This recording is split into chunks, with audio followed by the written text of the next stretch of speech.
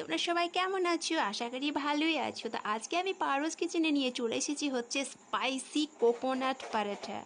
আর তার জন্য নিয়ে নিয়েছি এখানে আমি একটা কোকোনাট, কোকোনাটটাকে দেখো আমি গুঁড়ো করে নিয়েছি। আর তার সাথে আমি হচ্ছে এই দেখো ময়দা, তো এই ময়দাটার আমি ডো বানাবো, তাতে স্বাদ মতো লবণ দিয়ে আমি এটাকে ডো বানিয়ে আমি এই পুরগুলো ভরে কোকোনাটের আমি তোমাদের কোকোনাট স্পাইসি পরোটা তৈরি করে দেখাবো। এইটাকে একটু স্বাদ মতো লবণ, আর এখানে আমি আদা রসুনের পেস্ট দিয়েছি, আর হচ্ছে আমি এখানে লঙ্কারও পেস্ট দিয়েছি, নিয়ে এটাকে পুরোটাকে আমি একটু সুন্দরভাবে মিশিয়ে নেব। হালকা এটাকে ফ্রাই করে নিয়েছি।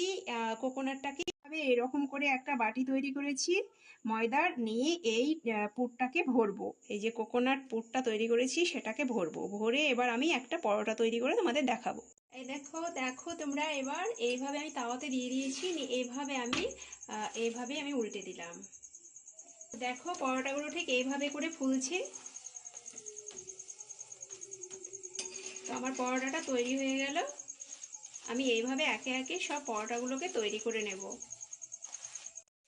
তো দেখো আমার এই পরোটাটা কত সুন্দর করে ফুলেছে, দেখো একদম সুন্দর ফুলে গেছে দেখো পরোটাটা।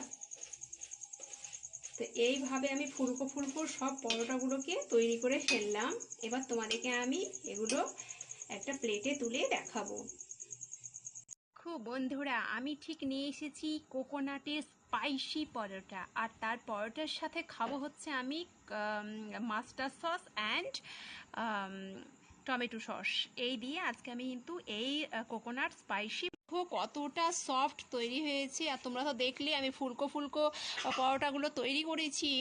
তো এই পরোটাটা একটা আমি তোমাদের ভেঙে দেখাচ্ছি। কোকোনাট পরোটাগুলো ঠিক এইভাবে করে দেখাচ্ছি। এই দেখো স্পাইসিগুলো যে আমি কোকোনাট পুর ভরেছিলাম সেগুলো দেখো সব এই ভিতরে জমা আছে। আর ঠিক এইভাবে করেই আমি তৈরি করেছি এই যে ফুলকো ফুলকো পরোটাগুলো। তো আমি এই পরোটাটা কিন্তু আজকে আমি ওই সস দিয়েই খাবো। তো বন্ধুরা, আমার এই ভিডিওটাকে দেখার জন্য আমার এই চ্যানেলটাকে তোমরা অবশ্যই like, comment, share and subscribe করতে কিন্তু ভুলবে না। তো বন্ধুরা, আজকের জন্য এতটুকুই। তো আমি এই পরোটাটা সস দিয়েই আজকে আমি খাবো। তো ঠিক আছে বন্ধুরা, দেখতে থাকো আমার এই কোকোনাট স্পাইসি পরোটা।